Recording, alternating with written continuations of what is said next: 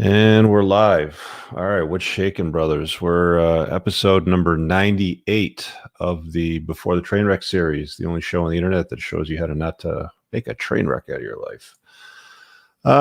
Topic tonight is inspired by the other week's show on trophy wives, because we went through a lot of the guys' feedback on what it is that they look for in a long term with a woman. And one of the things that popped up a lot was loyalty. And I was a little taken aback by it, because one of the key concepts that you have to accept as a man when you're red pilled is there's no such thing as loyalty. Loyalty was a lie. It's something that Hollywood, media, religion, your parents, school, advertisers on TV, people that make diamond rings for weddings, all these people lied about that. Can women be monogamous and, be loyal? Yeah. But they can also be very disloyal. So I want to dive into this one tonight to help explain those concepts and terms. And I'll be taking some questions as well, running the show for about 90 minutes. So before we get started, let's do a little housekeeping. Smash the like button. And if you're watching this somewhere else on the internets, like on Facebook or Twitter, come over to YouTube. Just going to drop that in the chat. Click that link, and that'll bring you over to the YouTube. That'll help me out with the algorithm. So get those likes up. There's hundreds of people watching right now. We got 154 likes. It doesn't cost you anything to like it. They're totally free. Just helps me out a little bit. So where should we get started? If you guys saw last week, I don't need to recap too much of it, but this chick who was an ex-adult film star put out a video which basically said this is how you become a trophy wife, which was total bullcrap. Because when you start looking at what guys value when it comes to women in their lives on a long-term basis, none of those things that they were talking about are even considered by men. We don't care if you like making puzzles or watch documentaries. What we care about is basic stuff like, are you beautiful? You're not overweight, and what a lot of guys said was loyalty.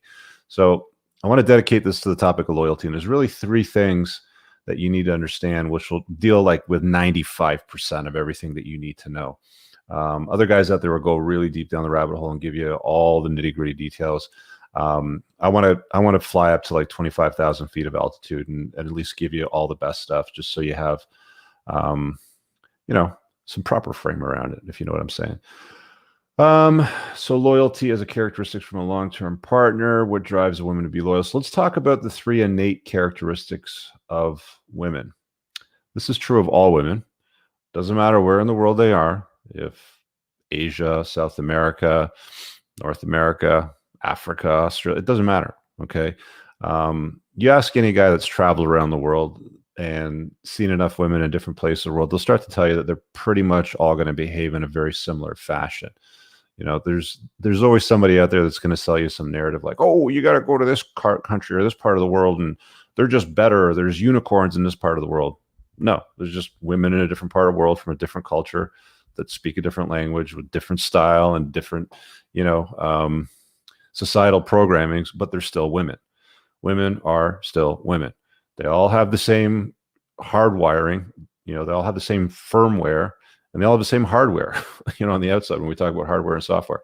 Anyway, dude's saying straight up, lived in 3 continents, agrees. So the first characteristic, the main innate characteristic that you got to understand is hypergamy, which I've talked about before. If you want to know all the ins and outs and nitty gritty of hypergamy, Rollo Tomasi is the man to watch on that. But the nuts and bolts of it really is a woman needs to believe that every day when she gets up in the morning, this is the way that I sum it up anyway. When she gets up in the morning, that you're the best that she can do. She's got to look at you day in, day out, week in, week out, month in, month out, year in, year out, and think to herself, this dude's the best that I can do. My hypergamy satisfied. This is not what she's thinking, but this is the mechanics of it. She's satisfied with you, right? She digs your vibe. She sees you as a competent man with skills. She looks at you and thinks that you're attractive and wants to jump your bones. There's a lot of things that come into play, but that's really what hypergamy boils down to, is is this guy the best I can do? If she starts feeling like you're not the best that she can do, and let's say, I don't know, maybe Kevin from sales or Steve from accountings giving her a lot of attention, and they're handsome men and they're chads, and they have like the standard high testosterone cues, chiseled jaws, deep voice, masculinity, all that sort of stuff. And she thinks that she can do better than you. Well, maybe the clock might start ticking down. I'm not saying it's going to tick down and there's going to be an end of the relationship, but there are a lot of things that can start to happen which lead down towards that. What else can we cover with hypergamy? Yeah, that would be the like the nitty gritty of it. I mean, there's different things to consider, different times, different times of the month when women are in different parts of their cycle, and there's parts of their cycle like when they're ovulating, when they seek high testosterone cues and more alpha cues. There's times in their cycle when they're menstruating and they're not, and they're looking for more safety cues and more beta bucks. We talk about alpha seed and beta need. So there's little parts of hypergamy that break down to different types of equations. But I think it's widely accepted now. And this isn't just TRP, like, the red pill sort of stuff, but I think it's widely accepted even in Evo Psych authors. You take a look at any of these guys that have put out some great Evo Psych books. And by the way, all of my recommended books are going to be pinned in the top comment below. So if you're watching a replay, I can't post it before the show for some reason anymore now. They don't let you. But always in the pinned top comment of all my videos, you'll see my Amazon link, and that's where I recommend the books. There's some stuff in there from Evo Psych that'll blow your mind. It's widely accepted that women are hypergamous. That's it. And don't believe any of the crap like, well, men are too, or men are hypogamous, or they make up some other shit to try to cope with it all. It's like, just understand that women don't like to date across and down on the socioeconomic scale. Their preference is to date across and up on the socioeconomic scale. There's always some muppet that comes out of the woodwork later on. It's like, some comment like, I've been married for 25 years and, my husband makes less than me and he was a stay-at-home dad and I went to work and blah, blah, blah. And it's like, all right, okay, let's take a look at that. Because there are instances where women do or become the bread earners. They'll go out and they'll get the bacon and she'll bring it home and he'll cook it up, sort of thing. That does happen from time to time. But often when you look at the dynamics of those relationships, you also have to consider, does she have any options? Does she have the option to leave this guy? Is she beautiful? Does she have beauty cues? Is she fit? Is she obese? There's a lot of things to consider. But again, when I said earlier, when I kind of started this off, this is like 95% of what you need to know. Okay. There's some intricacies here and there, which, oh, but there's an exception, or there's this, that, or the other thing. Fine. Okay, cool. Awesome. This is, again, 95% of what you need to know. So that's hypergamy. I might kind of bounce back and forth through a few of these as I do them. The next one, the second one out of the three is, let's talk about Briffaults law. Let me grab these supers before I miss them. So just a little super chat there from Amanda. Thank you. No comment. Grizzly has a comment with his. He says, just read The Rational Male and The Unplugged Alpha. My mind was blown. Hypergamy doesn't care. Become a member. Yeah. Guys who want to join the channel membership, please do. It lets you into the chat. It helps out with the production of content on the channel. So thanks for that, Grizzly. But yeah, my book's available on Audible too now. It's been downloaded a lot. So hopefully you guys are getting lots of value if you've listened to it, or you've bought the Kindle or the print version. It's on Amazon. Just looked up Unplugged Alpha or search for my name, Richard Cooper, and you'll find it. Please do leave a review after you've listened to it. Let's see. You got another one here. David, any advice when girls always think you're a player? I hear it more than half the time when getting their numbers in person. That's just a shit test. They're just trying to categorize you basically as alpha seed or beta need. If they throw that test at you like, oh, well, you're a player. Okay, maybe I am, maybe I'm not. It doesn't even matter. I would typically advise guys, for the most part, just to use something like Amuse Mastery. Oh yeah, I'm a player. I've got 17 girls at home right now. If you want to join my harem, you can be the 18th, sort of thing, right? And then you just kind of chuckle and walk away with it. That's all you have to do. Amanda's got another super here. She says, what I wanted to say was, House ain't loyal boy. House ain't loyal boy. I don't know what that means. Stone Swirl. Good evening, gentlemen. Please take a minute today to do the inventory of your life, buy the Unplugged Alpha, and do the work. Yep. definitely grab the book. All right, let's grab some details on Briffaults law. I have a standalone video on my channel. So if you just search for, I think I titled it, "What is Briffaults law?" To try to capture people doing the intentional searches on the definition of it. So you can find that on my YouTube channel if you want to just spend some time on the details of that. But let me just read you what they have defined it as. Let me just throw it up on the screen here too. All right, boom, boom, boom. That's it. Okay, so you should be able to see that. But there's a Psychology Today article here. Briffaults law, women rule. Why can't a woman be more like a man? Briffaults law maintains that the female, not the male, determines the conditions of the animal family. Where the female can derive no benefit from association with the male, no such association takes place. Today we would say relationship rather than association. So this guy, Robert Briffault, was an English surgeon and an author. Now, this is something that you can't dismiss as fiction because it's more fact than fiction based on evidence when you start paying attention to the animal kingdom, inclusive of human beings. We already know, of course, that women wield the ultimate veto power in the mating game. If you guys aren't aware of this, women are the gatekeepers to sex. Men are the gatekeeper. Men don't know this for the most part. Most guys are oblivious. Like, oh, they don't know that they have this power. But men are the gatekeepers to relationships. So you have to understand that you have some power in this dynamic. Respect it and use it and wield it properly. It is women who give the thumbs up or thumbs down to any advances or proposals from men, right? We're talking about sexual proposals here, obviously. Briffault embellishes this truism by asserting that intimate relationships between men and women result from a calculated cost-benefit analysis by women. Now, I think it should be noted that women aren't sitting there with their calculator or their calculus, spreadsheets and Excel documents, calculating the cost-benefit analysis of a man. It's almost like their firmware is designed by mechanism of survival to be able to very quickly estimate and establish these things. Okay. Men, on the other hand, will sit there and use spreadsheets. There's lots of examples of famous spreadsheet men that have posted things on the internet throughout time. Like, they'll keep like a spreadsheet of dates and when and where their wife is either intimate with them or declines their advances for intimacy. Guys are like the calculated spreadsheet dudes. Women use their innate firmware to make this analysis as he's breaking it down over here.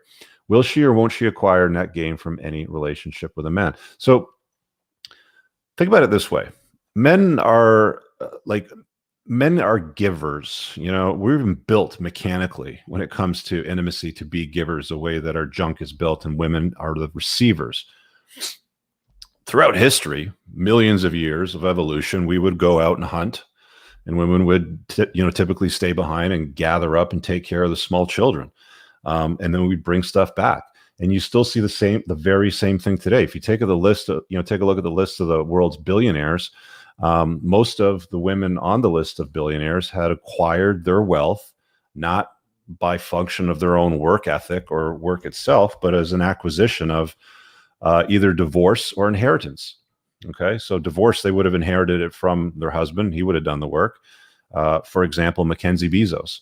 There's a lot of people that argue that, well, she was with Jeff from the get-go, and Amazon wouldn't exist if it wasn't for Mackenzie, and blah, blah, blah. No, go read the biography on Bezos on Amazon. It's called The Everything Store. She's hardly even mentioned in the damn thing, right? But she acquired half of his wealth as a function of divorce. So women innately will make these calculations in their head and analyze what use a guy has to them. It's just a fact, a reality of life, There was a very clever line that Chris Rock once used in a stand-up. I think it was it Never Scared or Tambourine? I think it was Tambourine. Tambourine was a good one. That one was on Netflix. Never Scared is actually even better. But he said in that, only women, children, and dogs are loved unconditionally. Men are only loved under the condition that they provide something, right? This is true. Any guy that has been in any number of relationships that's seen them come and go and fall apart, well agree with that. It's very hard to argue that. So anyway, let's carry on with his summary here because it's not that long. Briffault continues with 3 corollaries to the law. Even though a woman has accrued past benefits from her relationship with a man, this is no guarantee of her continuing the relationship with him. Translation: what have you done for me lately?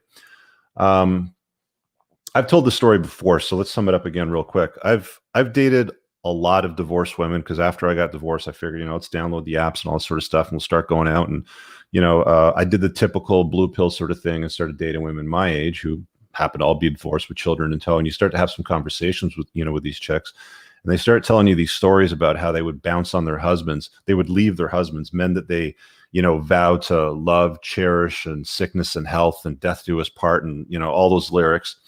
All of a sudden he's rendered useless and she leaves. And you ask them questions like, well, and, do this for yourself, gentlemen. Like, ask these questions when you get out there. You ask these women, well, why did you leave him? Because he was good enough when you married him. He was good enough to father the kids. So what all happened? He wasn't able to keep a job. If his boss was mean to him, he would quit. I remember this one chick was telling me that she got to the point where she'd basically have sex with her husband like once a month, and then she would go in the bathroom and cry. Like, could you imagine? This chick was like an animal, right? But in her marriage, during that time, she didn't want anything to do with the guy, didn't want him to touch, and he was a handsome dude, right? Didn't want him to touch her. But because he wasn't able to hold down a job because he kept either getting fired or laid off or quitting, and she used to make fun of him like, oh, my boss was bees mean to me, right? And mock the guy. She wanted nothing to do with him as far as intimacy, and she left the guy. So again, even though a woman has accrued past benefits from her relationship with a man, there is no guarantee of her continuing the relationship with him. Again, translation: what have you done for me lately? Goes right back to the Chris Rock thing. Men are only loved under the condition that they provide something. Women like to acquire stuff from men. Mackenzie Bezos, half of Jeff's shit, right? And by coincidence, she didn't even keep half of his shit. She just threw it away and did all this virtue signaling to all these associations and nonprofits. So that's the first of 3 corollaries with Briffaults' law. By the way, guys, if you want these mugs, they're on the store tab of the YouTube channel. Number 2, if a woman promises a man to continue her relationship with him in the future in exchange for a benefit received from him today, her promise becomes null and void as soon as a benefit is rendered. Translation: I will gladly pay you Tuesday for a hamburger today. That's the way it's been defined in the article. But basically, what we're saying again is her promise becomes null and void as soon as the benefit is rendered. So like when you take wedding vows, for example, right? The wedding vows are always like in sickness and health and richer and poorer and blah, blah, blah. Well, they're not hearing the poor and in the sickness part usually. They're okay with the richness and the healthy part. But if there's problems with money or health, the clock could start ticking down to the end of the relationship. Because as Briffault indicated, her promise becomes null and void as soon as the benefit is rendered. It's right here. Her promise becomes null and void as soon as the benefit is rendered. So consider that. Women's loyalty is fleeting. It's, everybody's all like, oh, monogamy, and you should just be like with one person, and you shouldn't cheat on people and blah, blah, blah. I have a chapter in my book, again, Unplugged Alpha, go to Amazon.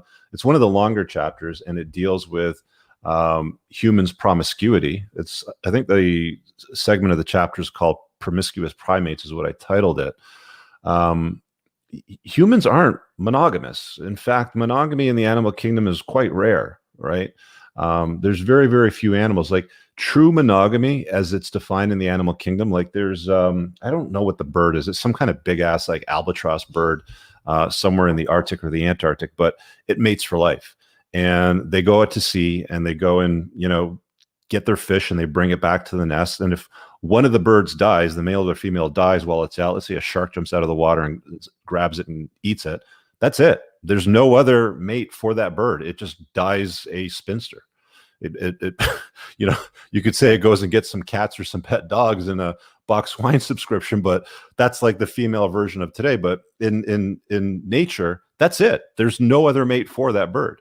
Okay, that's what monogamy looks like. That's what true animal monogamy looks like. Humans are not monogamous. We are probably one of the most promiscuous animals on the planet. To give you an idea, even promiscuous primates, okay, chimps, bonobos, that sort of thing.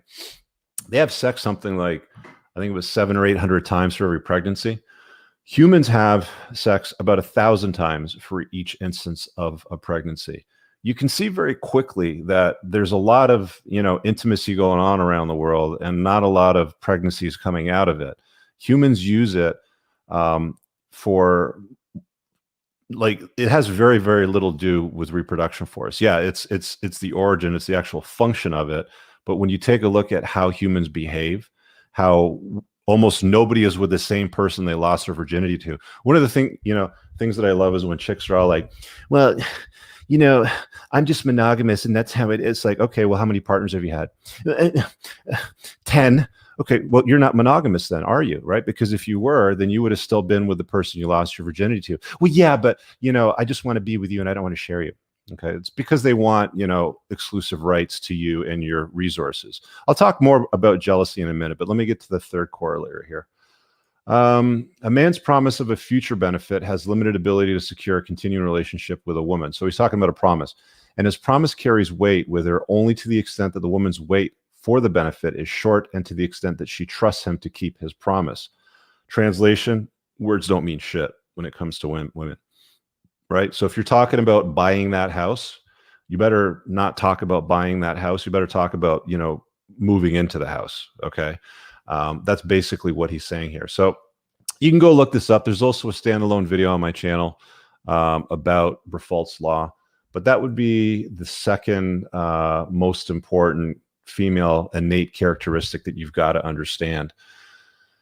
Let me see here. So that is number 2. Let's deal with solipsism. Actually, before I go to solipsism, I want to talk about jealousy as it relates to humans' promiscuity, because a lot of people, men included, like a lot of white knights will do this too, but a lot of people will paint society with the same brush. Oh, if men do it, women can do it too. You hear these women like, well, if guys are gonna, go and bang other girls, then I should be able to do it too. It's like, I'm gonna have a notch count if they're gonna have a notch count. Well, it's like, if you want to, but the reality is, if you got a high notch count as a chick, then you make an incredibly poor choice for a high value guy, for a top shelf man to choose you for trophy wife material.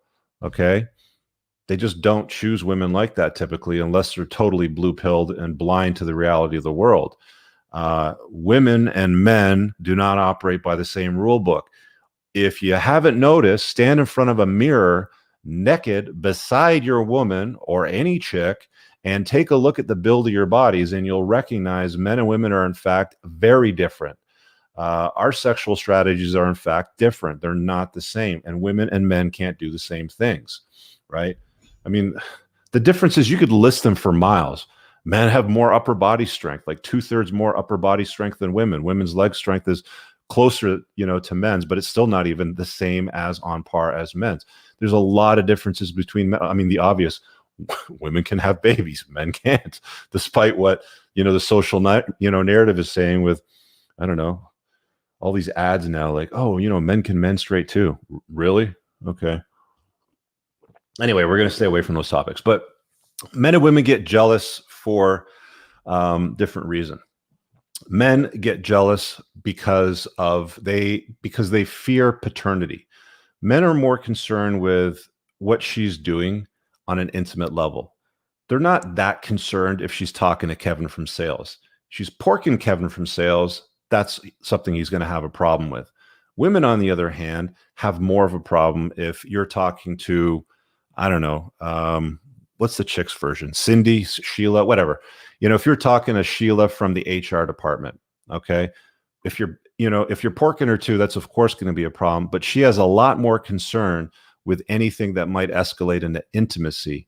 Men have a lot more concern with any kind of intimacy itself. The conversation piece, not a big deal. And the reason for that is because women, when they're pregnant, have 100% assurance of paternity. They know the child is theirs.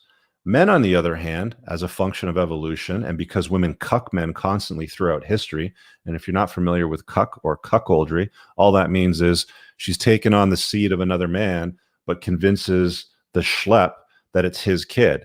So she takes on usually the premier genetic investment of a better male, like an alpha male, and then finds some beta to pay the bills and raise this dude's kid. So that's what cuckoldry is.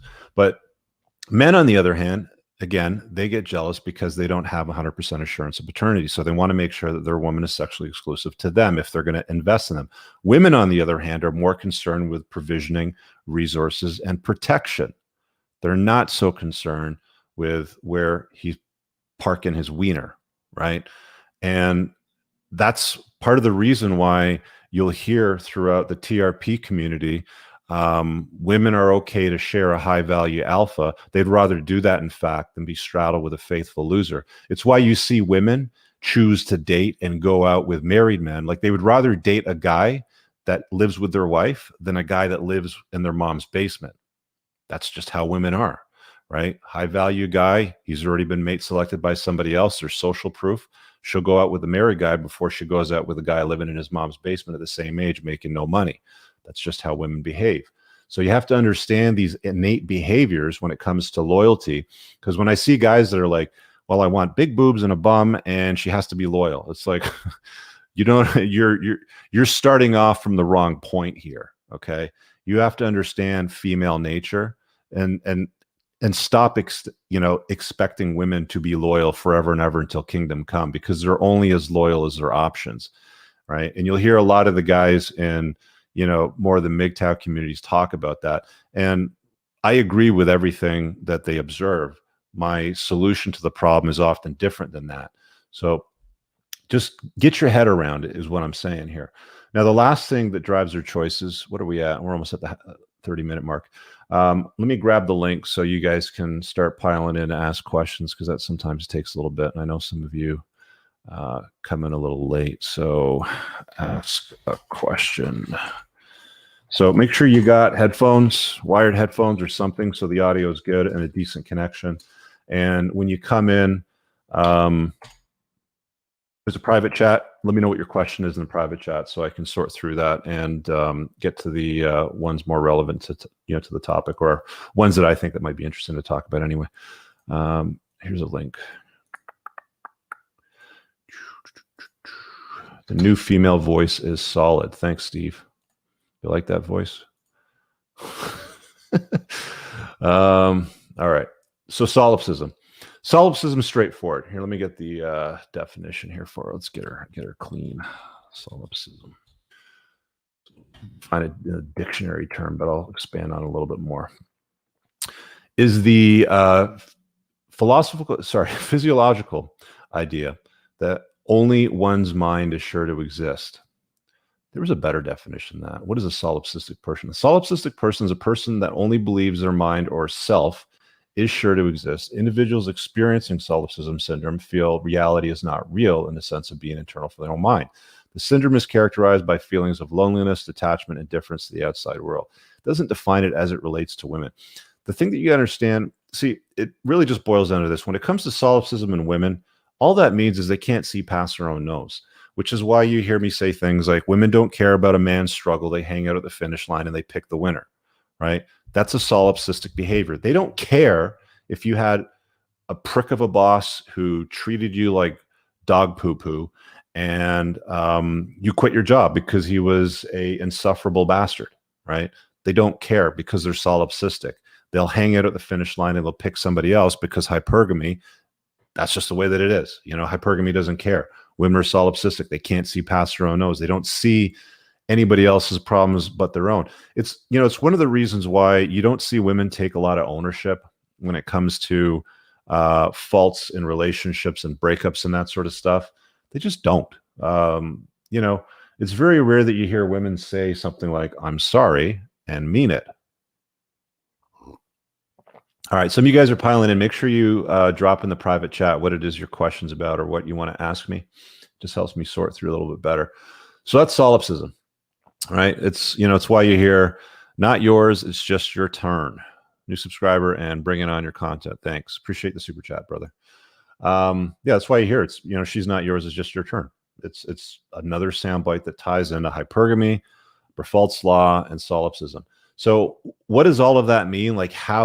How is it that this one or two like people, or these one or two couples out there that have been married for 20 years and they're very happy with each other and they're all schmoochy pootsy and all over them, all over each other when you see them. Well, it's usually because the guy managed to continue to chase excellence throughout his entire life, and she felt like her hypergamy was satisfied. That's really what it boils down to, for the most part. I could go through like a social media platform like Facebook, for example, and take a look at all my friends, and I can think of one right now that has had a almost 30-year marriage, and he's still happy with his wife, but he cheated on his wife. She was a pain in the ass a number of times, but they're still all over each other today. She looked the other way when he cheated on her, right? Again, women are okay to share a high value alpha. They'd rather do that than be saddled with a faithful loser. This guy was a champ. He still is a champ. Chases excellence, puts a dent in the universe, has made huge bank, has like literally put a dent in the universe, has done things to impact the world in ways that many of you out there have probably been touched by, especially if you live in the West. I'm not going to get into who he is and what his business is, but you get the idea. These are the types of long-term loyal relationships, where women don't leave the guy. So when you hear, can a woman be loyal? Yes and no. You just have to understand that all of these things that I'm talking about when it comes to hypergamy, solipsism, Briffaults law, now that you understand it, now that you realize what it is that drives women to mate switching is actually something we can spend a minute or two on too. I have a video on my channel. I think I have the study here still, but there's a mate switching study, which, do I have it in here? Sexual economics, Mommy's Little Secret. Mommy's Little Secret's an interesting one. If you search for Mommy's Little Secret on Google, you'll get some idea of why women. Why are you cheating on Tinder? That's not it. Why women cuck guys and how they get away with it. I don't have it here, but there's a mate switching study. I did a video on my channel at some point. So if you search on my channel, Entrepreneurs in Cars plus mate switching, women will start to indicate mate switching behaviors long before they leave. In fact, 50% of women surveyed. So this is an admission of guilt. When you survey women, they don't want to look bad, right? But this is an admission of guilt when they're going to basically say, yeah, I have a backup plan. So you're relying on them being honest. So some women are going to be honest, some women are going to be dishonest, and they're going to say, no, I don't have a backup plan, even though that they do. But the mate switching study clearly indicates, on a balance of probabilities, more women than not have a backup plan guy lined up. They always have throughout history. And if they didn't, because you go back 200,000 years, a million years ago, if she wasn't self-interested, if she wasn't solipsistic, if she wasn't hypergamous, her and her children probably would not survive. We live in an environment today where we have the state, which takes care of irresponsible mothers that will get knocked up multiple times by different guys and have, 4 children in tow from 4 different dudes. Doesn't matter. The government will take care of housing, will take care of basic needs. They don't need no man anymore, right? But you go back a million years, it was a death sentence if they were not hypergamous, solipsistic, So just understand these things, right? They're not good or bad. They just are. It's like, how are you going to respond to them now that you know that women aren't particularly loyal or good at loyalty? And there's a vast amount of work that you have to do to keep her in your frame and loyal to you, right?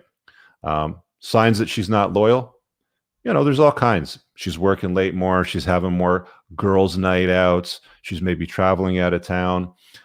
Those seem to be the common ones that pop up more often than not whenever I talk to guys on one-on-one coaching sessions, when their marriage falls apart or they found out that she's banging, Kevin from sales, for example. Those are the things that start to pop up. Also, one of the other things that you'll start to notice as a guy is if she's still staying fit and beautiful, taking care of herself, she's going to her yoga classes or whatever, and you're not having any kind of sexual intimacy with her whatsoever, or it's on a very limited basis, that's another good sign that the clock is ticking down to the end of things. And there's any number of things that can go around that. But I wanted to hit this again more from about 25,000 feet of altitude. All right, I got a bunch of guys here in the waiting area with some comments. I'll get to those in a second. Let me just hit these super chats here. Welcome to the channel. And our Drizzle says, almost finished Unplugged Alpha. Great read. Appreciate your work. Again, guys, read my book. I'm going to make this a prerequisite. If you're going to come into the chat and ask me a question on something that I've dealt with in my book, I'm just going to send you off, man. Just read the book first, because the whole point of it being there was for me to really distill everything on my channel to kind of give you the meat and potatoes of what you need to know. But yeah, thanks, Drizzle. Appreciate that. All right, let's see what we got here. Okay, we got one here on a sniff test. I like that. Where's Kyle? Kyle, there you are. Oh, hang on a sec, bro. I got to grab the headphones. Give me a second. Damn it. All right. Okay, we got the headphones on. So sniff test. What's your question, bro? My question is like how should a sniff test work? Because I read your book and all of that. Perfect. I was kind of curious on how should How old are you? It go? I'm 15. You're a young man. Okay, well you're at an early start, man. Good for you. Thank you. Okay, so the sniff test really is defined as a first date, right? And all that is you're just going out to check each other out. Do you dig her vibe? Does she dig your vibe? Does she have genuine desire for you? You know, is she asking you questions to learn something about you, or is she just talking about herself endlessly? You know, that's all the sniff test really is just to establish that IRL, in real life, desire is real and it's genuine. So just kind of establishing genuine desire between each other and seeing, testing the waters. Right. And that's why I say, when you go out the first time, but just keep it short. I mean, I've had friends that would book 3 women in one afternoon. Like he's got a 1 o'clock, a 2:30, and a 4 o'clock, right? And he's got an hour with each of them at slightly different locations. So you want to keep it short and tight. So you got an hour. You have your hour-long drink. You have a coffee. You're going for a stroll, whatever. You do your sniff test. You check her out when she's walking in her yoga pants. Oh yeah, I dig that sort of thing. And she's checking you out. Because she's going to do the same thing. Does a dude look like his pictures? Is he as tall as I like? Does he have a masculine frame that I'm going to dig? You're looking at her for femininity cues. Does she have nice boobs and butt? That's really all that the sniff test is. Yeah. When she walks away, do you look at her ass and go, oh yeah, I'd wear that as a hat. That's nice. Sort of that's what the sniff test is basically, right? Okay. That makes sense. Does that make sense? Looking back at your book, it makes sense too. Kind of testing for red flags as well. Yeah, the red flag chapter is really just for more long-term stuff. I mean, if you're going to spin plates and just smash and dash sort of thing, it doesn't matter that much. I mean, the more time you spend with them, you want to have it, an ease to that experience. You want to have a good time sort of thing. So don't invite crazies, in on a longer term basis if you're just going to date or spin plates or have a friend with, friends with benefits. But yeah, you had a second question about investing? Yeah, my second question was on investing. Is how should I get into investing? Where I have around 10 grand saved right now, and I don't really know what. You're 15 and you got 10 grand saved? Yes, I work most of my free time. That's what I'm talking about, man. I can tell you right now, you're ahead of about 95% of teenagers right now if you got 10 grand at 15. I didn't have a pot to piss in or a window to throw it out of at 15. I think I had maybe a grand or two. I was saving up for my first car.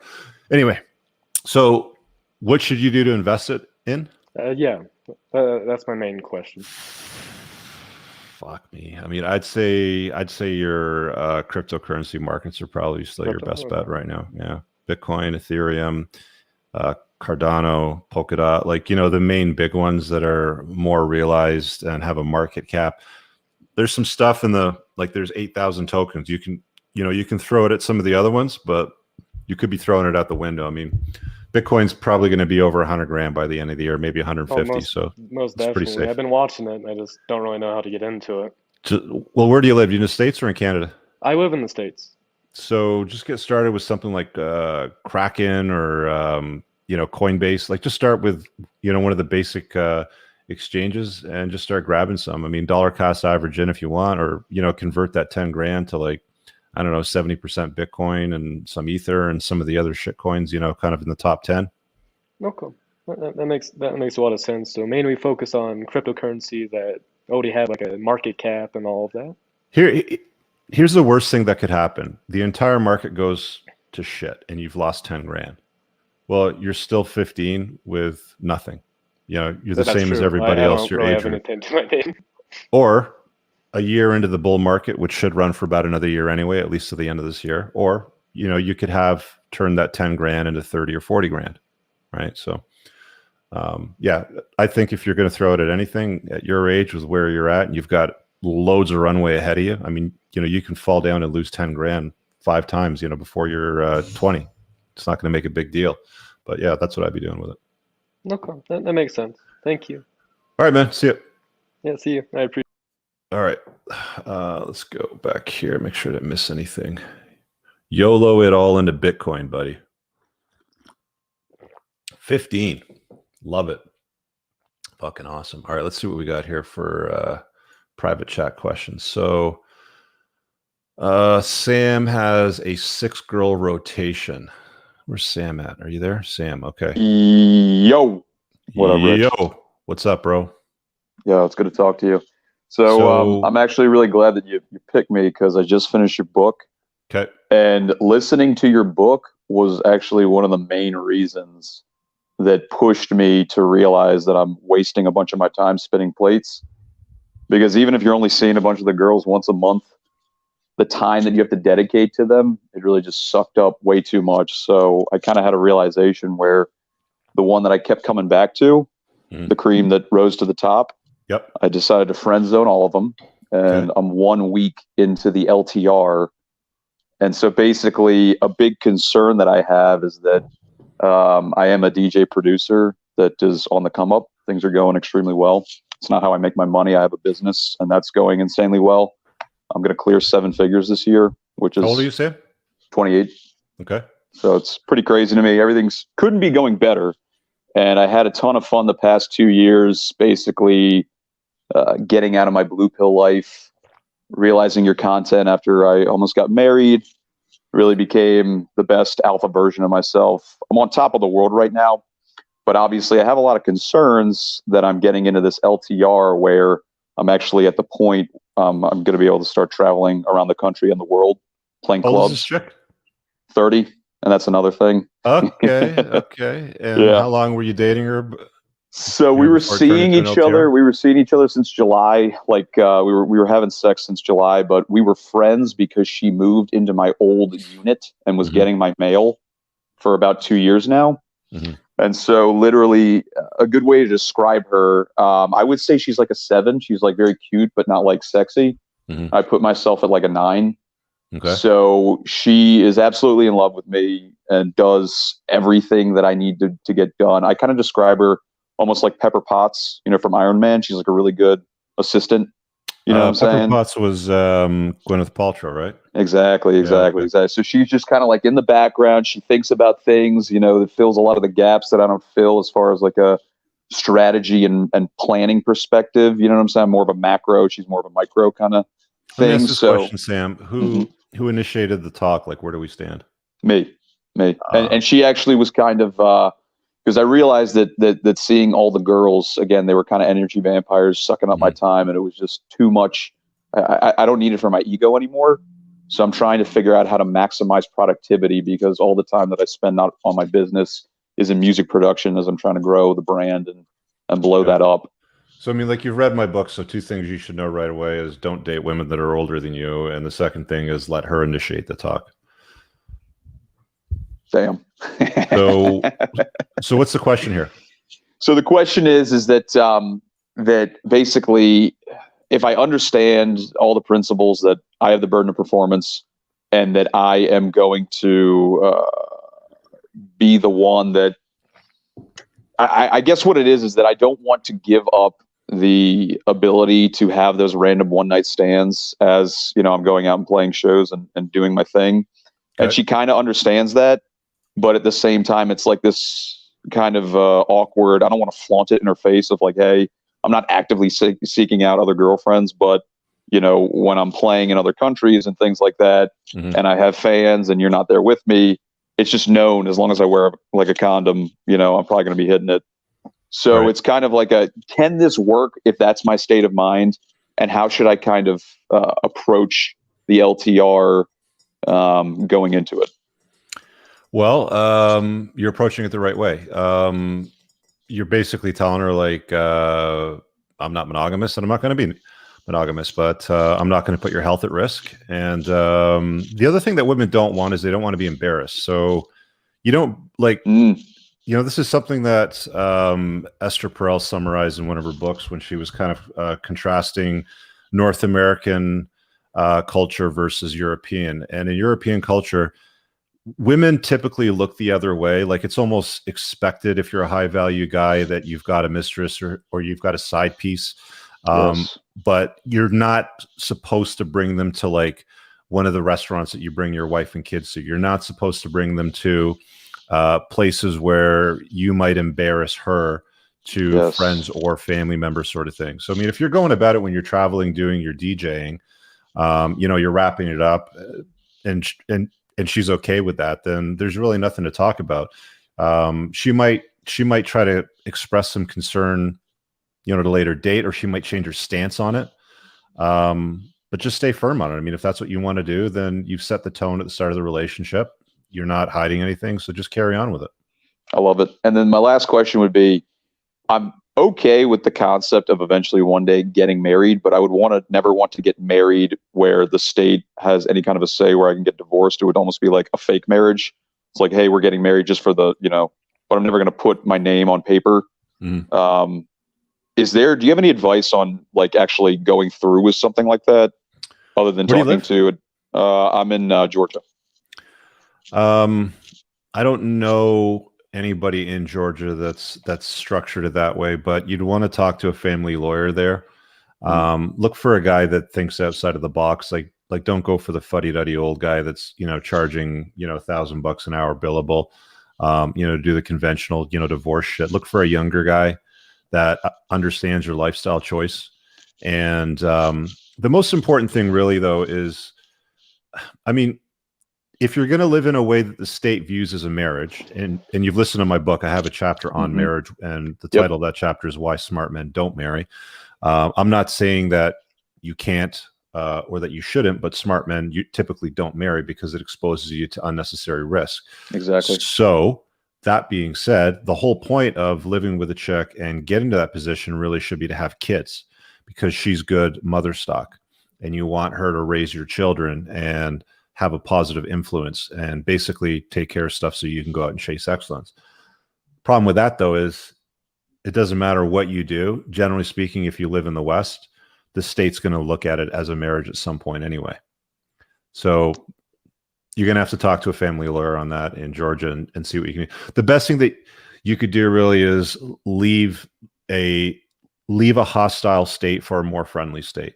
There's friendlier states out there, like Florida, for example, is less hostile towards fathers.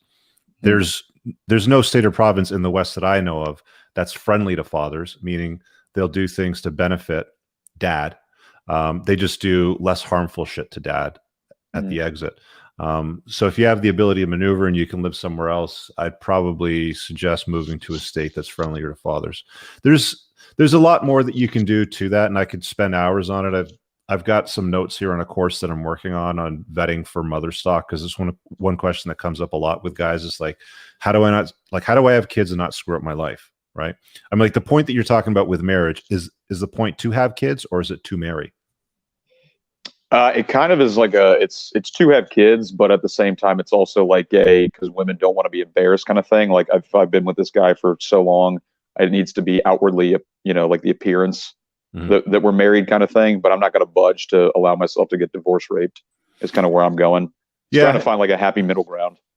Yeah. And you're going to find that happy middle ground is going to be difficult to land on. And even then it's a moving target because, there's this old saying that not all women will destroy a man in family court, but all women can if they want to. So you want to make sure that you don't give her that opportunity to take that tool out of her toolbox. I mean, if she changes her mind one day, like let's say she pops out 2 kids you're you're the world's greatest DJ, and you're traveling around the world and you're making bucks deluxe and you're playing raves and all this kind of stuff. And she's like, fuck it. This guy makes, $10 million last year. He's banging all these hot younger chicks, and here I am raising his kids. I'm just gonna take half a shit and the kids too, right?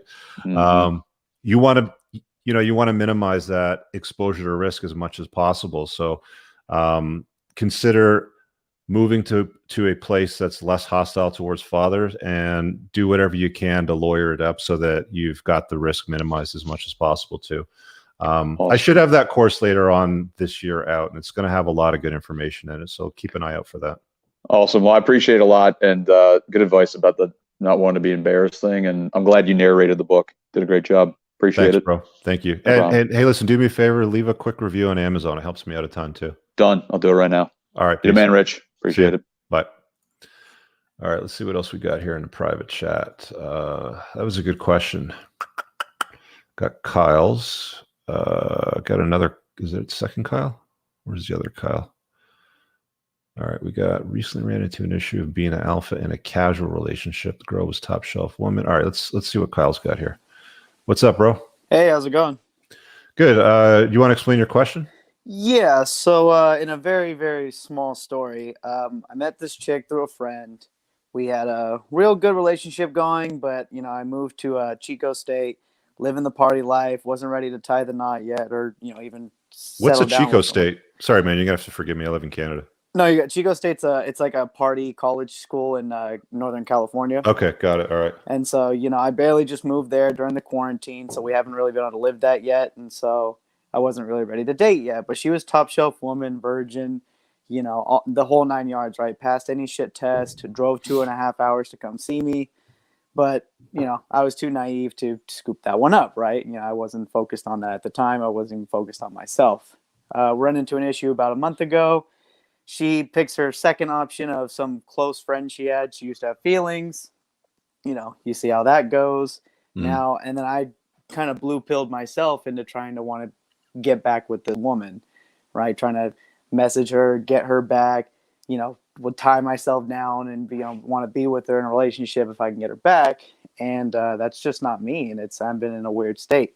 And I guess my question is one, how would I be able to bounce back into a red pill status, right? Like an alpha, like she saw me as, and why I was able to be her first and someone she would drive out to. And two, if it ever was to come around where me and her talked again and she still had these top shelf qualities, would it be worth to get back with someone like that?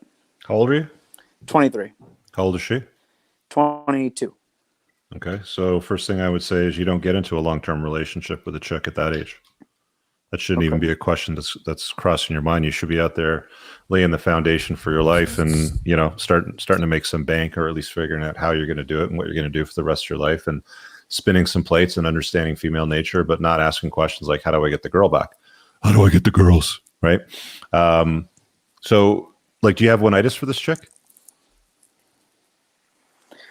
I mean, I'll be honest. I know I can get other women, right? It's not that like, if I am not with this girl, my life is ruined, but I will definitely say that she's one of the better ones, if not the most ideal. I'll admit I'm doing business management, and so I'm trying to pursue a career where I can make the most amount of money. But my hobbies and stuff are more like, video games and nerdy shit like Magic the Gathering, whatever. And she fit into my mold perfectly. She didn't give a fuck. She sits and watch anime on her bed and doesn't go out and fool around, right? She would be someone I would never have to worry about leaving as long as I'm doing my shit right. She's not, I understand that she values hypergamy, but it's not to the extent of like an average woman.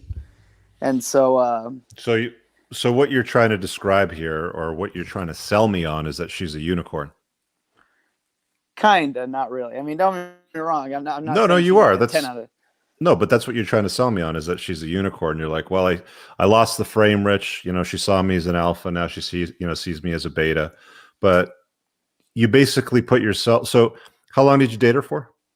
I mean, technically we never dated because I never wanted to be official at the time, but it was started from about July of last year. So about 9 months. Okay, so in 9 months, you went through betatization through 1,000 concessions. Maybe it wasn't 1,000, maybe it was 113. I don't know, but you went through the betatization process. Have you read my book?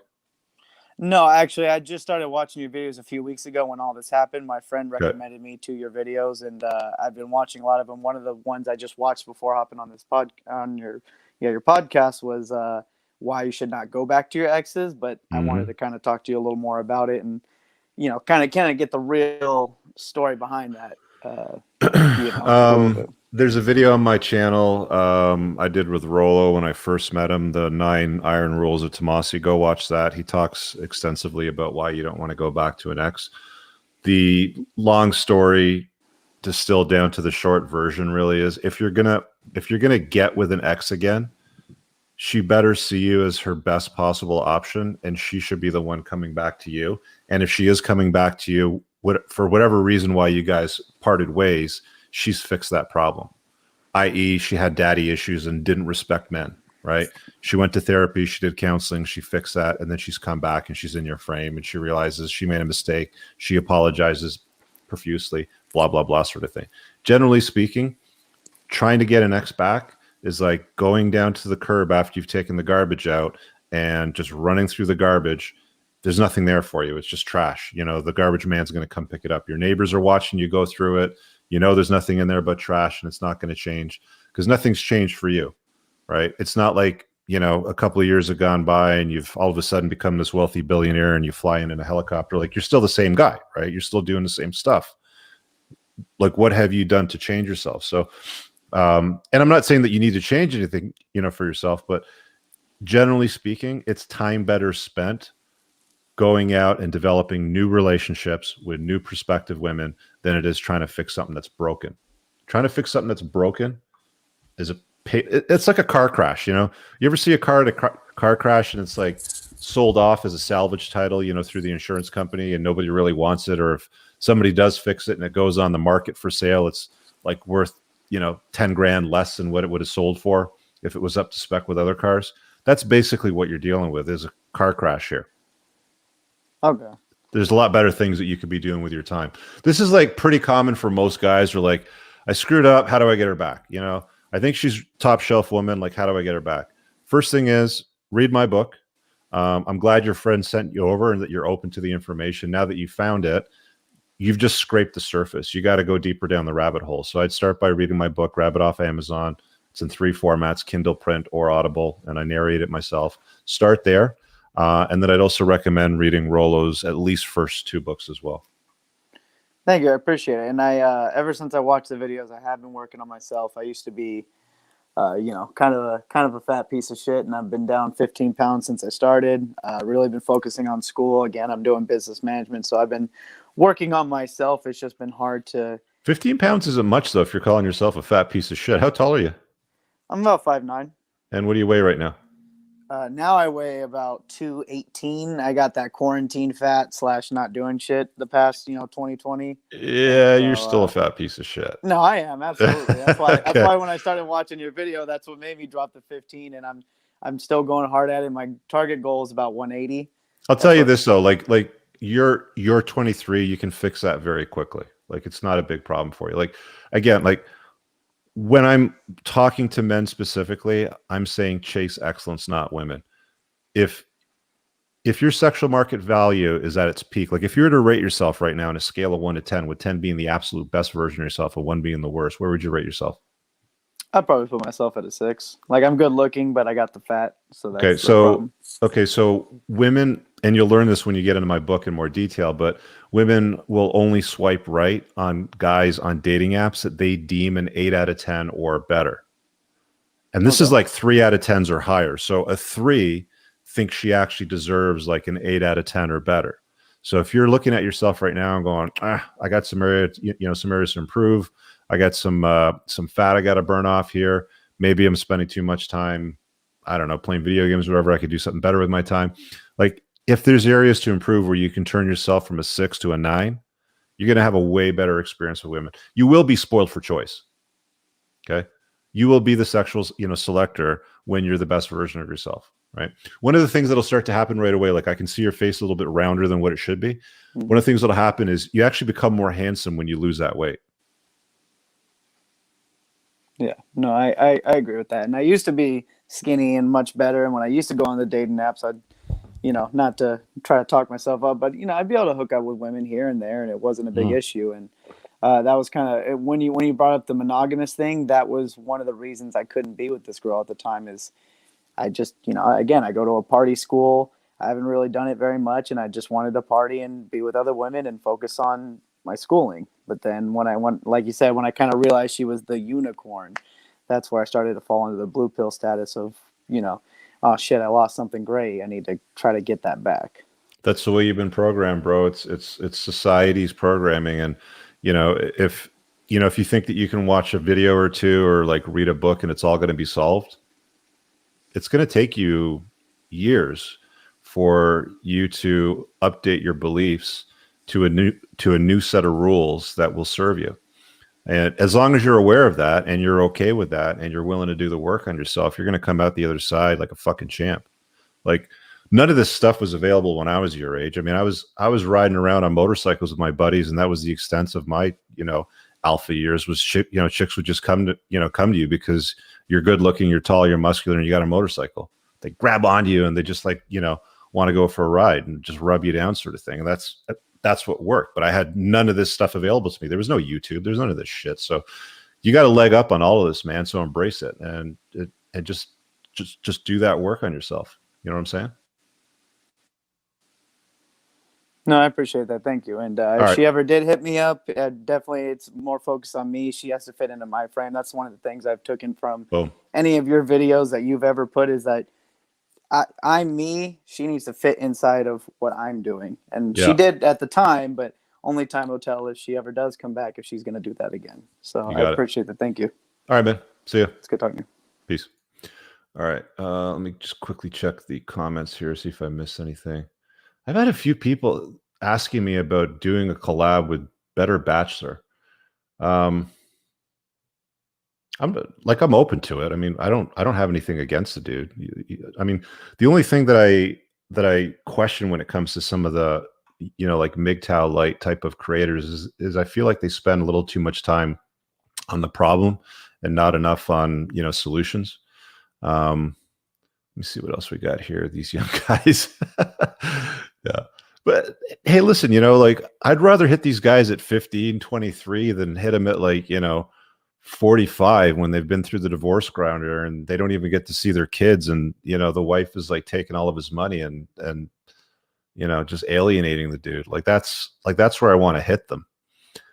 Stop them from making the mistakes. I mean, I can un-F a lot of the older guys too, but yeah, let's see what else we got here.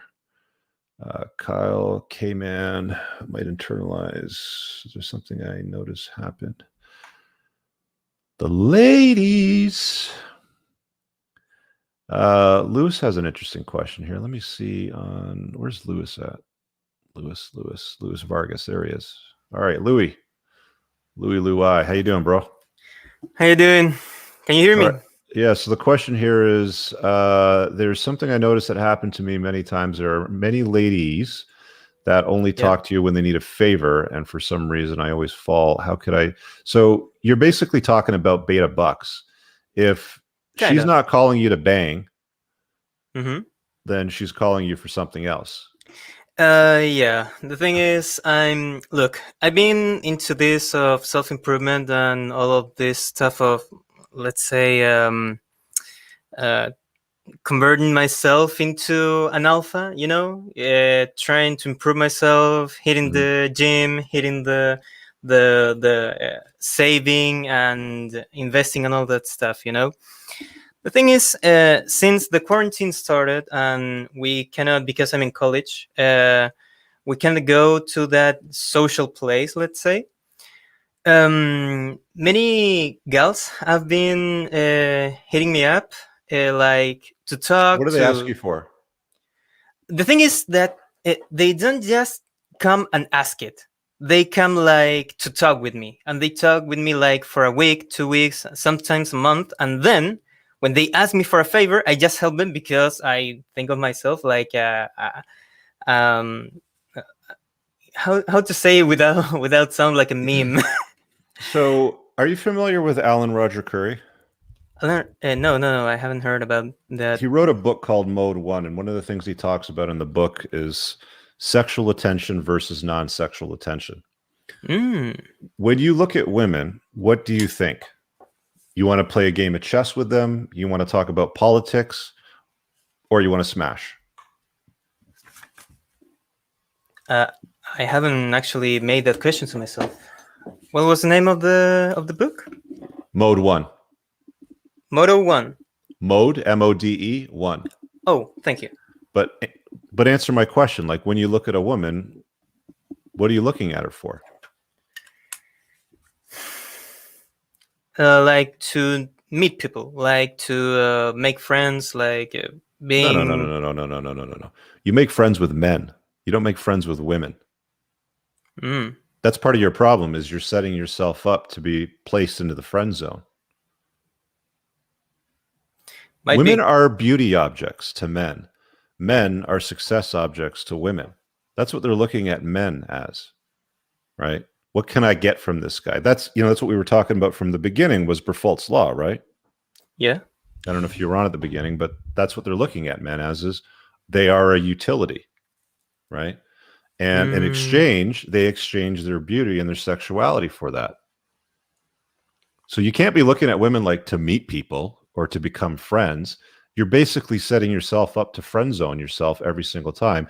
And what you think is you're going to be so good at friend zoning yourself that her panties are going to fly off and her bra is going to fly off in the other direction and she's going to jump your bones.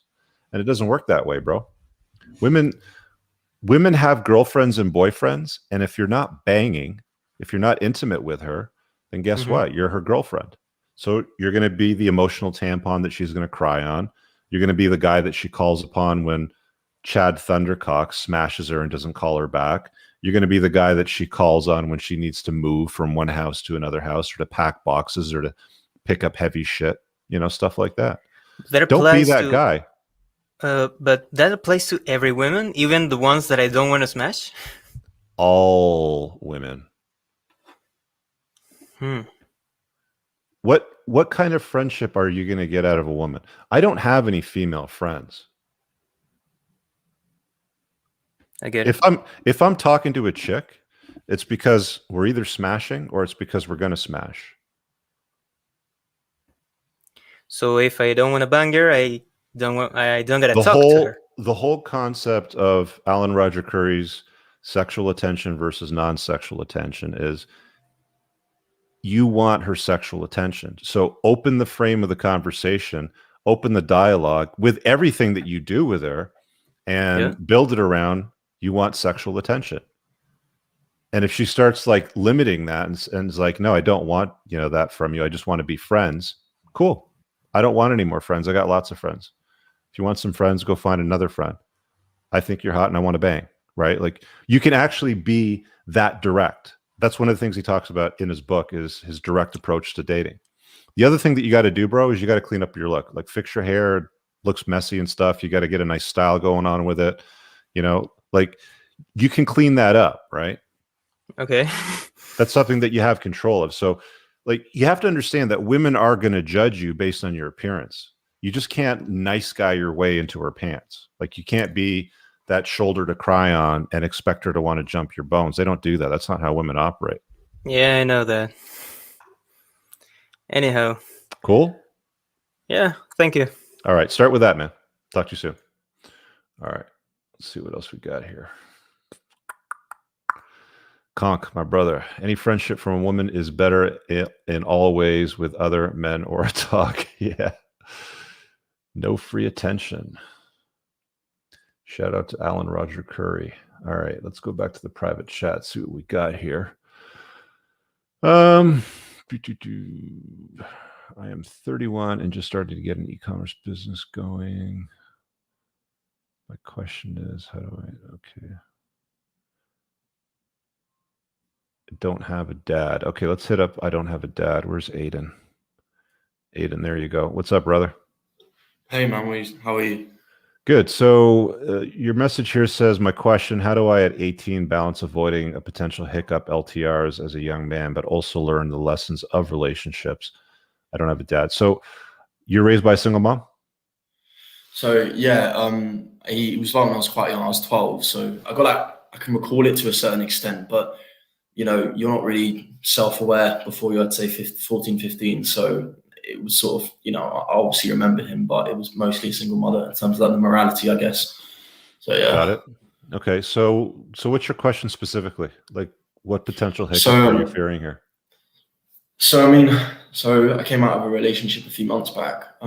It was really painful, but I feel like I learned a lot from it. And I guess for me, I think if I'm going forward, I want to learn the lessons and mature to an extent in terms of relationship, in terms of being able to understand what I want, how to prioritize myself, knowing when to ask stuff of people, knowing when to ensure that an emotional chat is needed.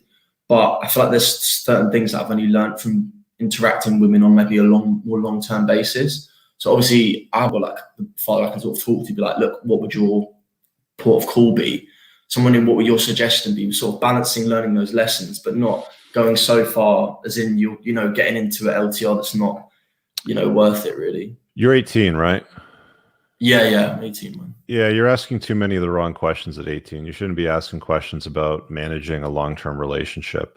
Asking questions about understanding female nature. If there's something foggy around that, yeah, okay, I would say let's have those conversations. But looking to lay the foundation for your life, to create that purpose, for yourself, to figure out what your dent in the universe is going to look like.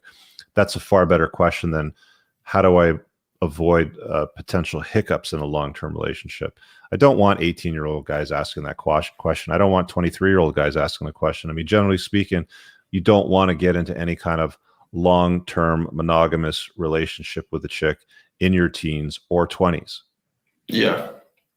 Guys that do that, especially if they had an absence of a strong masculine role model growing up and were only raised by a single mother.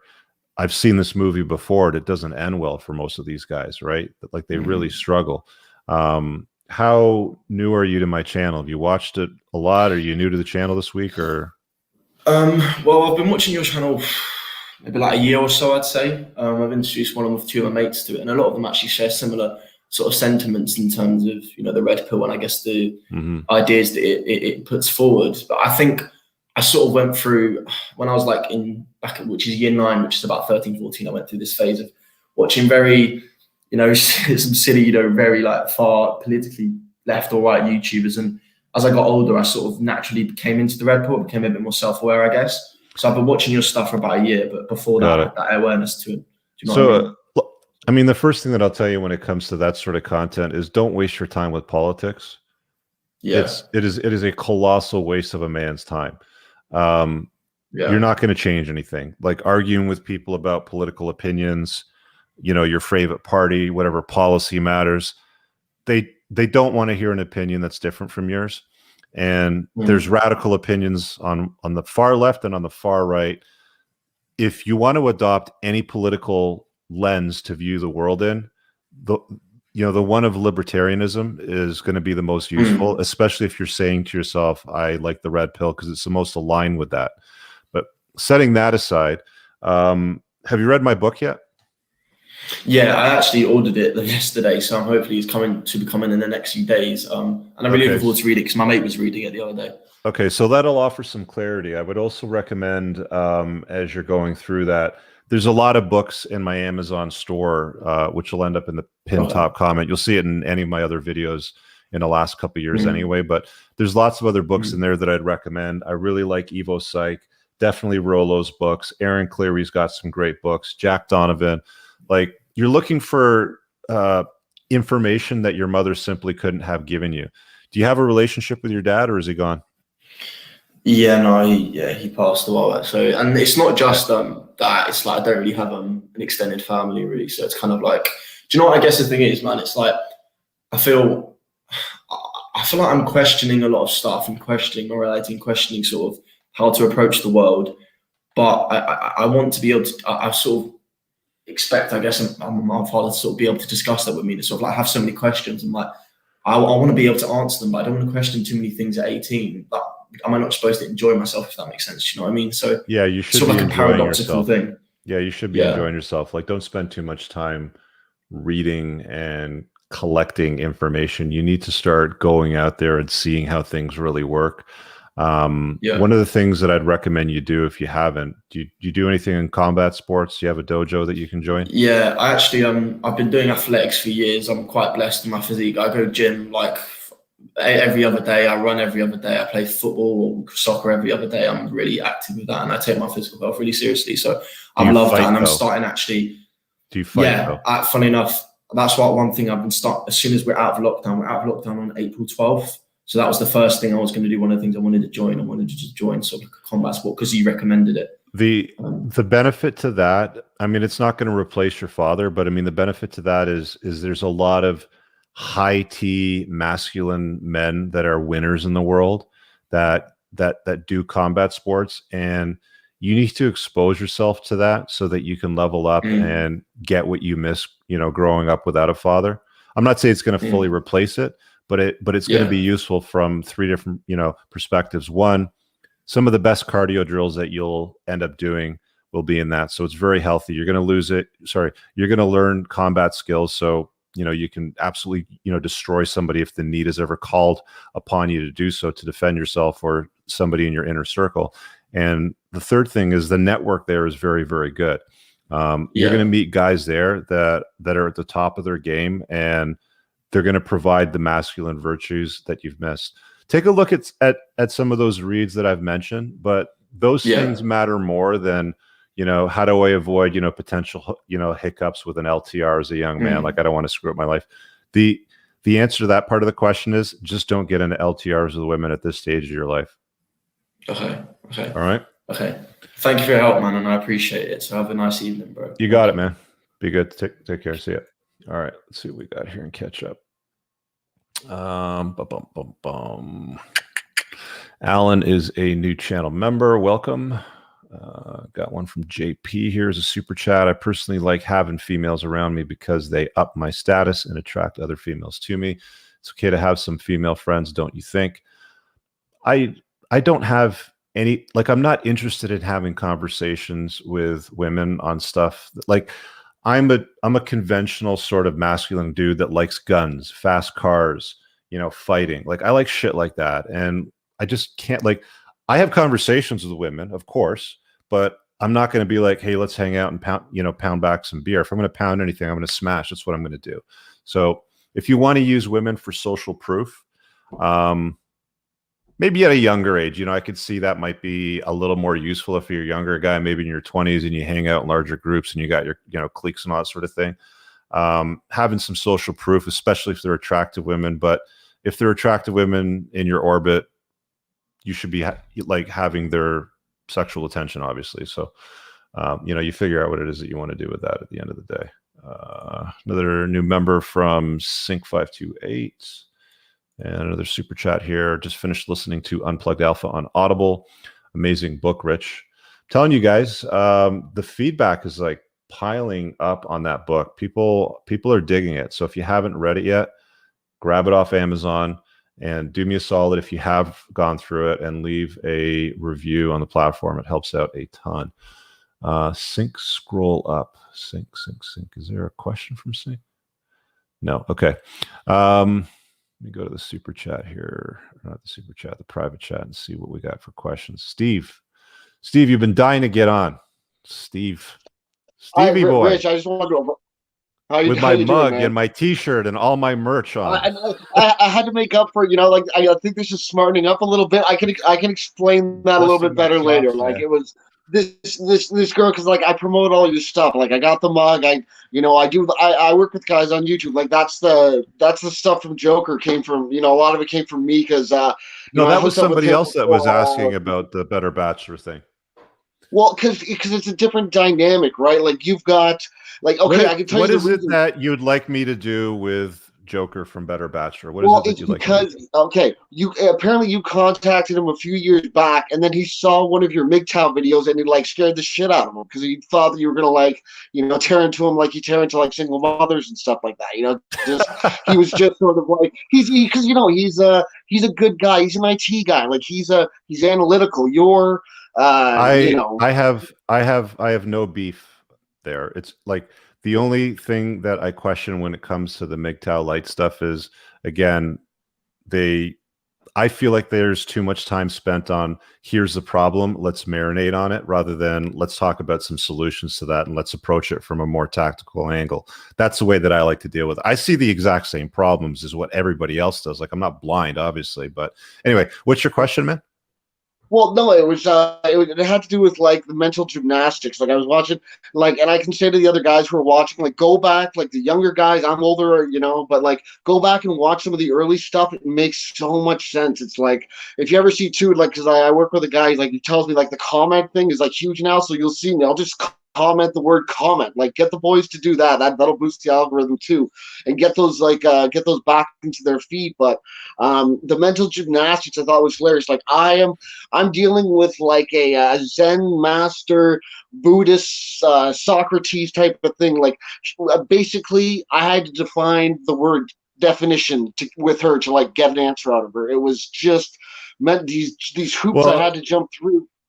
Well, your problem is you're trying to negotiate and rationalize with a chick, and they won't let things like reason and logic get in the way of their emotions. Honestly, what's that movie? Like, what's the movie? Like when you put me into that group chat, I was like, oh fuck, and I just left it right away. I don't negotiate or rationalize with women. I mean, if they want to hear my opinion, if they want to ask me a question, I mean, they're more than welcome to come on. If this chick has a disagreement with something I've said, she's more than welcome to click the same link that anybody else can click. It's open to men, women, young, old, and she can have that conversation. In fact, I would like to see more women, come onto these casts and open that dialogue. But I'm not going to try to cram water down the horse's mouth that doesn't want to drink it, sort of thing. And that's what most women are, right? Well, because Joker too, because like he's probably got about 30,000 female subs on his, so that's what I was thinking too. At least they could get a different view on yours. But like the girl that I was talking about, like she just thought you were gonna like rip her in two, right? So like that's what happened to like the girl who came on. Like you basically convinced a single mother at one point in time. She said she was high value, and at the end she basically had to concede that you were right. Like that was incredible, man. It was awesome, but it was that. Well, I don't rip people apart. I mean, I'll just point to the facts. I mean, if you don't like the way that I point to the smart enough, well, if you don't like the way that I point to the facts, then too bad. I mean, I don't really care. I'm not going to water down my message, right? But she gains so much knowledge. Like I use the word hate. She doesn't hate. It was like, and this girl, that's the thing, because I was promoting so much stuff. She started going on, Rich Cooper. Oh, I'll do the female voice. Oh, he just masked behind misogyny, and he's such a loser and all this stuff. I'm like, oh yeah, really? You want to talk to him? Like, as soon as you hear things like misogyny or patriarchy, you're dealing with a feminist, and there's no point to that conversation. So just end it. Just say, see you later. Well, it was like, she's like, I'd love to put him in his place. I'm like, oh, really? And that's when I clicked the button. Like, I had no idea you'd actually be on and like see that shit. Like, I apologize, man. Like, it was wrong with. I'll buy a ticket. Yeah, so I put it right. Don't worry about it. The show runs Monday night. So if there's somebody that you've talked to and they have a grievance with some sort of narrative or some video that I've put out, they can click the link and they can come on and they can ask that question. It's entirely up to them. I got to get to these other guys though. I got like 15 minutes left before I got to run. You good, bro? Appreciate it, Rich. Thanks, buddy. All right. See ya. Let's see here. Sterling. Where's Sterling? Got a question here from a guy named Sterling Rutherford. There we go. So you got a question here about why it seems so easy for the modern young man to fall into complacency and have an average life. Yeah. How old are you? I am 18. Okay, another youngin. And you think that young men today are complacent and falling into an average life?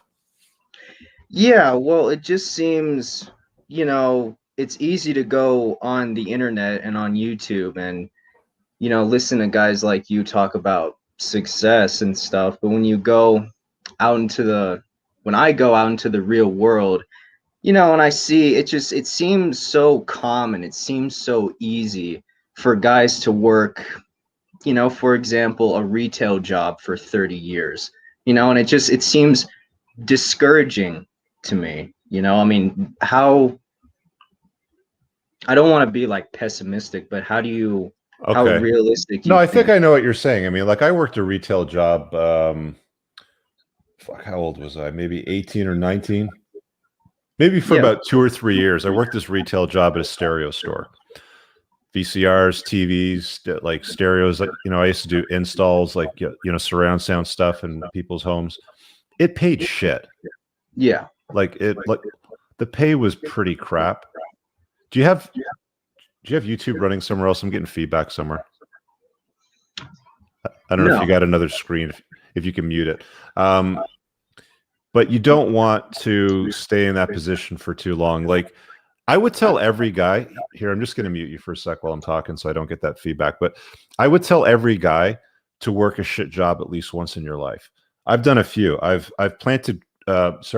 pruned Christmas trees in the summer heat, and in that job you have to get up at 4 a.m. to do it at the crack of dawn in the summer because you can't prune it at like high heat in the summertime. So when you're 16 and you're up at 4 a.m. to prune fucking Christmas trees at minimum wage, that's about the shittiest job that you can do. And I got fired from that job because the guy didn't like the way that I shaped the tree. Right? It's like, forgive me, buddy. You're paying me peanuts. I'm driving all the way out here at 4 o'clock in the morning to shave down your trees, and it's not straight enough for you, right? So every guy should work a crap job at some point to realize that working those crap jobs should be part of the launch pad to get you to, you know, start thinking about chasing excellence. I don't know if you ever heard Kevin O'Leary's story, but he talked about this ice cream shop that he worked at, and how the owner of the shop was like a witch and made him scrape gum off the floor, you know, sort of thing, like that kind of thing. So if that's what you're okay with, and if that's the complacency that, you know, you want to stay in, you got nobody to blame but yourself. But if you look at your job, you know, when you go to it and you're like dreading even going to the job, then you have to realize it's actually a good thing, because that's your, like, that's you, that's your intuition telling you, hey buddy, like you can do better than this. Like, let's step it up here.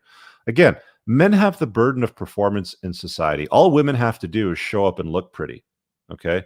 The hardest thing that women have to do today is not get fat and be pleasant, not be disagreeable, not become one of these boss bitches and all that kind of stuff, but be pleasant, be agreeable, enter a man's frame sort of thing, and compliment his life, not be the focus of it. Guys have to like do something. They have to learn competency skills. They have to learn the ability to make bank, right? You know, to make it rain. They also have to know how to preside. They also have to know how to protect and defend themselves and anyone around them in their inner circle, if they have a family, if they have friends, whatever. Like, these are important skills that guys need to learn. But nobody's telling guys these things anymore. Everybody's telling guys, don't worry about it. You know, did somebody offend you? There's a safe space over here for you to sit in, blah, blah, blah. And that's a function of society bubble wrapping children and parents helicopter parenting children, and an epidemic of single parent households, which is mostly single mother households, raising boys without fathers. There's a lack of masculinity in the world. I cover a lot of this in my book too, right? So why are men, you know, like this today? There's a lot of reasons why, but men don't have to be like that. And the good news is you can stand out like a shining star from a sea of turkeys, right? You want to soar like an eagle?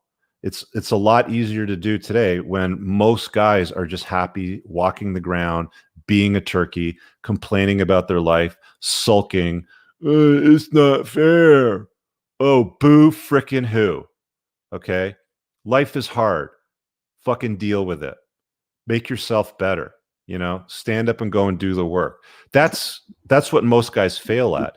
And if you can take ownership for that and you can go and do that, you'll be just fine. I mean, you're 18, right? Yeah. Yeah. You'll be just fine, man. Okay. You understanding this now and recognizing that there's work to be done and start executing on that work and getting better month after month, year after year. Don't beat yourself up too much at 18. Okay. If you were 38, I would say, okay, we need to have a conversation. I've Right. often said to guys, look, if you're 18 and you're an alpha Chad, like you're a good looking guy, but you have a plan, that's all you need right now. Okay. If you're 38 or 48 and you're maybe a good looking guy still, but all you have is a plan, that ain't good enough at that age. Okay. So if you have a plan, start executing on it. If you don't have a plan, figure out what that plan is. Yeah. Start with that. Yeah. All right. I mean, I guess it's just it seems so sad to me. It's the thing that I deal with on an everyday basis, like I work at FedEx, I work at the Home Depot, and it's like every time the higher ups are always like, you want to be here for 30 years, man, you want to be here for 20, 40 years, man. And it's just like, I don't know. It just like, it depresses me, because I want to make sure that I don't have a false sense of entitlement. Like I want to go and start a business. I want to go and do this, do that. Right. I don't want to work a fucking retail job until the end of time, man. I just want to make sure that I'm being realistic about it. Cool. So everyone is stuck in that. I don't get like mad that? at yourself. So get mad at yourself and hold yourself accountable, because people don't hold others accountable today anymore. Women are no longer accountable. They can do whatever the fuck they want. They can make up a Me Too without any proof whatsoever and ruin a guy's life. Like there's no accountability. Same thing with men, right? I'll just whatever. I'll work that retail job for 20 years. I'll sit at home. I'll go and search the internet for. Here, I got to meet you again. I'm gonna go and search the internet for crap that's gonna, support my narrative of why I should be sulking here about the cards I've been dealt. Stop being a pussy is really what it boils down to. Just double down and do the fucking work. Right. And if you can start with that mentality, like that's all that David Goggins is all about, right? Like he's basically like, don't be a pussy and do the work sort of thing, right? You see him yelling at people. Dan Pena, another guy. Start like, I'll leave you with this thought, before we wrap up. You're going to become the average of the people that you spend the most time with. So if you're hanging out with guys that have been in the retail space for 30 or 40 years, telling you that this is all that you're ever going to amount to, you're the smartest guy in the room. Get the fuck out of that room. Put yourself in a room where you're not the smartest guy in the room and surround yourself with greater people. And if you can't find a room to surround yourself with greater people, you can watch YouTube videos from guys that have chased greatness. You can read books and study excellence, read biographies of successful entrepreneurs. The Everything Store is a book about Amazon and Jeff Bezos. If you want to learn about entrepreneurship and the kind of shit that men chasing excellence need to do to put a dent in the universe, read stuff about that and get inspired. I didn't have anybody inspire me. My dad was a basic, corporate droid. He never had a successful business, but I took a look around at everybody. I'm like, fuck this. I grew up in a household where food was rationed. I was only able to have like one yogurt a day because if I ate more than that, then that was no good and I'd get yelled at. And we were told as kids, me and my brothers, how to take a shit and how many times you had to fold the toilet paper to get the most out of it so that you didn't use too much toilet paper. Like this is the kind of house that I grew up on. And I'm like, fuck this, right? So get mad and then just go out and start doing the work on it. Make sense? Hang on, I'll unmute you there. You good? All right. Yes, sir. Yes, sir. Thank you. See you, man. Peace. All right. Saw a super chat come in here. I got to catch up with. I think I got that one. Mr. Cognito, just listening to Unplugged Alpha. Amazing book. Thank you. And Vladimir, I've read your book, Rational Male and the Game, but haven't found clear breakdown of tactics and techniques. I'm just looking for game. I'd say read Mystery Method, or I think another good book on game is probably Rush's Day Bang. I don't know if you can still get it though. I think he delisted some of his books, but Mystery Method should still be available. You might even find some of Rush's stuff on like torrent sites or whatever. I'm sure somebody's got copies somewhere. Abby, hey Rich, 45, stuck in an 11-year, basically sexless LTR. She's 42. I know I should leave, but have a 6-year-old daughter that I don't want to lose out on. Already had a bad experience with my first divorce and not been able to see my son. Yeah, you're basically handcuffed to that marriage or to that relationship. Ryan Stone has some good stuff on unhappy long-term relationships or marriages. It basically boils down to it's F me or it's F you. I'd take a look at Ryan Stone's blog and his YouTube channel, and he'll hopefully get you in the right spot. He's got this article about I think the 11. There's like an 11 steps of dread. Let me see if I can find it. Steps of dread or something like that. That's not it. Story of Dread, the Red Pill Action Plan. Yeah, so go to YouTube and search for A Story of Dread, the Red Pill Action Plan, Ryan Stone. Start with that. If you want to untie the knot and minimize exposure to not seeing your kid, I'd suggest booking a one-on-one call, or if you want to click the link and join in and ask a question. But we're almost wrapping up tonight. Let's see if I missed anything here. All right, let's do. Oh man, we're at 90 minutes. Let me see if we got another good question here anywhere, somewhere that I can touch on real quick. Who's got a quick question? I want to say thanks. Don't worry about hopping on just to say thanks. I appreciate that. If you want to say thanks, drop a super chat or just put a chat there and just let me know that way. Question is your friend. Okay, let's do Gustavo. Where's Gustavo? Is he in here? There he is. He's got a question about being an entrepreneur. So this will be the last one tonight.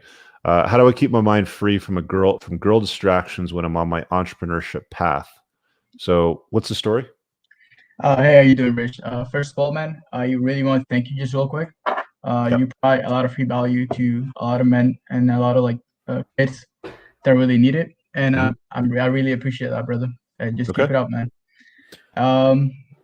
Yeah, so I've been on this entrepreneurship path where, so I slowly became to realize that all this bullshit of pickup artists and all these things, some of them may be true, but it's not really the optimal way to go about it when chasing girls.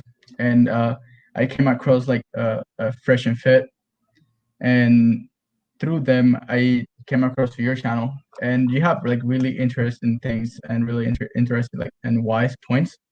And basically I just been focusing on my entrepreneurship path, just really learn high income skills. And just let me ask you this question: what's your business, first of all? A business? Oh, so right now, so I have a lot of things in mind. I wanted to do affiliate marketing at first. And I wanted to actually invest. I wanted to also do Amazon FBA at first, but then I realized that for me to do those things, for example, creating a YouTube channel and starting all those things, I need capital. I need started capital for that. And right now, okay, so you don't have a business right now, then? Yeah. Okay, but you want to create something for yourself. So how old are you? 18. Okay, so what's your plan? Do you have a strategy that you're going to execute on, or are you just yeah. So cooking up stuff? Yeah. So my plan is basically right now I'm doing high ticket closing. I'm not sure if you're high ticket closing. Yeah. That's is that a course? Well, I'm on the course. I bought this certain course from this certain person that I'm right now I'm basically just training just to become a high ticket closer. And high ticket closing. Who sells that course? Well, originally I found it. I saw the term from Dan Locke, and I was gonna buy his course, but I actually bought something else from someone named Kevin Shi, which okay, so let me tell you right now, stop buying courses from these bullshit artists. Okay. If you want to learn about entrepreneurship, learn from guys that have done it. So, I mean, I've mentioned this before, but biographies from actual billionaires. Richard Branson has a biography. It's called Losing My Virginity. Read that book. The Everything Store on Jeff Bezos. Read that book. There's another book on Nike called Shoe Dog. Read that book.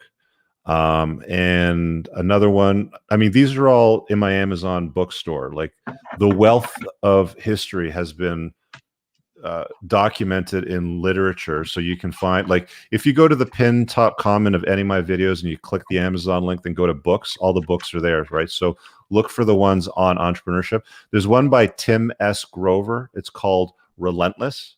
And he talks about how athletes chase excellence. Study excellence, read biographies, and understand what it takes to be successful. The problem with these fucking high ticket sales, like, you're 18, okay? Like, high ticket sales is like, are you able to sell a yacht? Are you able to sell a guy a Rolls Royce, right? These are high ticket sales items. Are you going to be able to convince a guy, like, a high ticket price point is going to be $5,000, $10,000, $25,000. Like, Joe Polish has a mastermind group called the Genius Network, and I think his price point is something like $25,000 for the year. Like, that's a high ticket item. He has another one that's $100,000 a year. I don't know if it's him or one of his students, but that's high ticket items. Nobody's going to buy a $25,000 high ticket item from you, right? Because you're 18. So you're going to have to start with something. I'm not saying it can't be done. I'm just saying, if I saw you on a YouTube pre-roll ad doing the standard shouty shit with a whiteboard and, you know, this is how I made $1 million, I'd fucking skip it, right? Because I'm smart enough to know that most of those, like 99% of them, are full of shit. And a lot of the people that sell kids these courses, like 18-year-olds like you, they're selling you guys bullshit courses, you know, trying to convince you that this is the path to, like, wealth. Just connect these 3 dots and you too will be a multimillionaire in the next 6 months. Study the greats out there. Study from guys that have actually done some serious shit, okay? Read the biography on Elon Musk. Read the biography on Steve Jobs. That's what I would be spending money on. And those things are cheap. Like, you can buy the books for less than $10 on a Kindle. Okay. Right? Do that. And then to the second point of your other question, because you're asking about girl distractions. Right. Don't watch girl distraction shit on YouTube. Anything that's fucking sensationalized, oh, you know, look at these girls over here and how they're misbehaving. That's a waste of your time, dude. Okay. I mean, I'm not saying don't get, you know, don't get involved with women, don't date women. Just don't get into an LTR with them. Understand their nature. Get the red pill stuff, like, in your head so it's clear, so you don't have any confusion on it. But the most important thing out of all those things we've talked about, if you want to be an entrepreneur, study great entrepreneurs and understand what they had to do to get to where they got. That's the launch pad. That's the starting point for it all, I promise you. Okay. Does that make sense? Yeah, I'll definitely keep it in mind. Don't keep it in mind. Yeah, I know. I'll definitely. Yeah, for sure. All right. Hey, thank you, Kevin. I mean, thank you, Rich. Kevin. Appreciate you, bro. Okay. I'm sorry. I'll see you, man. Peace. All right. We're gonna wrap it up on that note. I went a little over. I usually do these for 90 minutes. So back again next Monday night at 8 p.m. Eastern Standard Time. I will be taking questions, as I do in the other shows. We're at 98, so next episode will be 99. Gonna have 100 under the belt pretty soon. I hope you guys are getting use out of these. Do me a favor, just leave a comment below at the end of the cast and hit the like button. It just helps with the algorithms. And also, I got a shout out to my channel sponsor, as I always do at the end. Where's my banner? There it is. And why the hell? I got to get it. Come on, camera. Work with me. There we go. Right there. Boom. Tactical Soap. Okay. Grondike Soap Company. They have a beard oil, pheromone sticks, awesome soaps. I've been using these soaps for the last couple of years. Scott's a great guy. You're showering anyway, so you might as well use the stuff that supports the creation of content on the channel. You can go to coopersoap.com and coupon code Cooper will get you 10% off. I think the coupon code's already pre-applied here, but if you click the link that's going to be pinned to the top comment, you might have to use it. But go check out their stuff, subscribe to it, and use the good stuff. It's a little more expensive, obviously, than your standard crap from the Costco giant boxes, but It also doesn't have any endocrine disruptors.